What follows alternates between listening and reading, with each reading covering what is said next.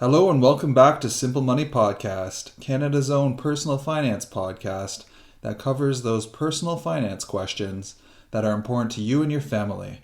I'm your host, Matthew Seawick, also known as the Friendly Financial Coach. Today, we're doing another episode on some recent financial stories that are impacting Canadians and beyond. We'll be covering the ongoing escalation of the US trade war, the Capital One hack, and a recent industry release on the quality of advising being provided to Canadians. So our top story this week are the recent escalations in the trade war between US and China. At the tail end of last week, we saw Donald Trump announce a proposed tariff increase on the remaining Chinese imports that missed the last round of tariffs. This proposed 10% tariff would be applied to $300 billion worth of imports and is stated to start by September 1st if the underlying issues are not resolved before. These tariffs will target mainly consumer goods that include clothing, consumer electronics like iPhones, toys, and other items. These tariffs come after previous tariffs that targeted industrial materials and goods. As for all tariffs, the importer pays the duty costs, and very often the majority of these costs are passed on to the consumer, bringing the likely outcomes of higher prices for consumer goods and reduced consumption. The immediate response to this announcement was felt in the financial market. US foreign and oil markets dropped heavily, and the stocks of specific large US retailers were also affected. Unfortunately, this story doesn't stop here. In response to this new tariff, China's Commerce Ministry announced that they will halt the purchase of US agricultural products. China is a massive importer of products like soya and pork, so this will prolong the negative impact affecting farmers. China is also allowing their currency to devalue against the US dollar past a symbolic exchange rate ceiling. Having a devalued currency means that importers buying Chinese goods with American dollars will pay less, partially offsetting this new tariff. This move by China is viewed as weaponizing their currency, and in response, the US Treasury Department listed China as a currency manipulator. This opens up a new front in the trade war, and one that will cause future tension.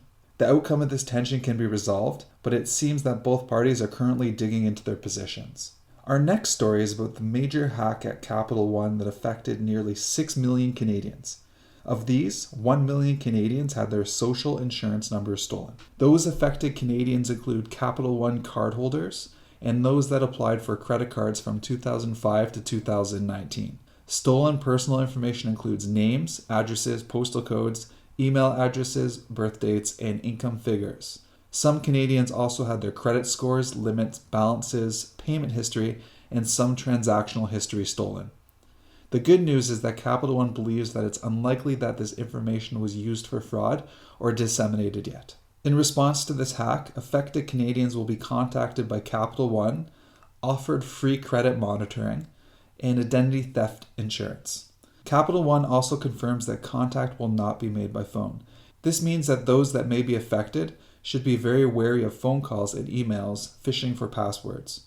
Further, if any criminals have this personal information from Capital One, they can actually pretend to be other organizations and seem legitimate as they have access to personal and confidential information like SIN numbers and birth dates that are very often used to confirm IDs. Therefore, it's recommended that extra care be made.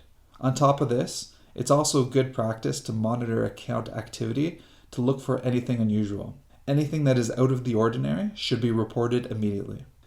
And in our final story, the Ontario Securities Commission Advisory Panel recently conducted a large-scale survey of Canadians and found some very startling information about the quality of financial advice that they're receiving.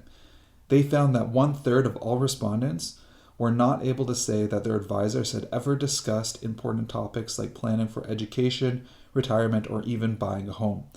This is startling because these are fundamental financial questions, and it's not possible to give proper advice if these questions are not asked.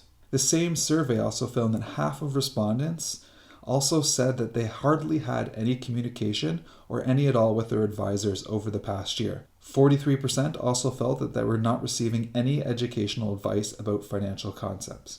Unfortunately, these results are very often what we see in the larger financial industry. There are many cases of individuals and families that receive rushed and unresponsive advice. So that's it for today. Thank you so much for joining us. If you're enjoying the show, you can support us by rating or sharing the show with anyone that you think may benefit. You could also contact me at info@ffcoach.ca or find me on Twitter at @f_fcoach. Take care and talk to you soon.